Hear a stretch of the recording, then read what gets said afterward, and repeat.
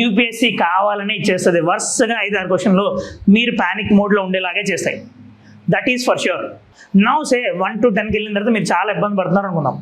1 to 20కి వెళ్ళారు, ఇంకా ఇబ్బంది పడుతున్నారు అనుకుందాం. 100 నుండి వెళ్ళండి, పేపర్ తిప్పండి 100కి, లేదంటే 51 దగ్గరికి వెళ్ళండి. UPSC will be doing the things in 25 set. 1 to 26 దగ్గర మారుతుంది. ఇప్పుడు మీకు మీ పక్కన వాళ్ళకి ABCD అని వస్తాయి కదా, దాని అర్థం ఏంటంటే ఒకరికి 1 to 25 దగ్గర ఉండేది, ఇంకొకరికి 26 to 51 దగ్గర ఉంటాయి. అవి జంబులు అవుతాయి. నౌ మీరు 26 దగ్గరికి వెళ్ళండి, లేదా 51 నుంచి స్టార్ట్ చేయండి, లేదా 76 నుంచి స్టార్ట్ చేయండి, 100 నుంచి స్టార్ట్ చేయండి. మనకు అది పర్లేదు, కానీ మీరు భయపడద్దు. ఎందుకంటే మీరు ఇది యాక్సెప్ట్ చేయాలి. In the exam mode panic is common, don't fear of that. And even after that ఒకేసారి మీకు 10 క్వశ్చన్స్ తెలియని వస్తే make your mind clear that నాకు కష్టం అంటే అందరికీ కష్టమే అది. మీ పక్కన కూర్చున్నోడికి కష్టమే, మీ పక్కన కూర్చున్న అమ్మాయికి కష్టమే అది.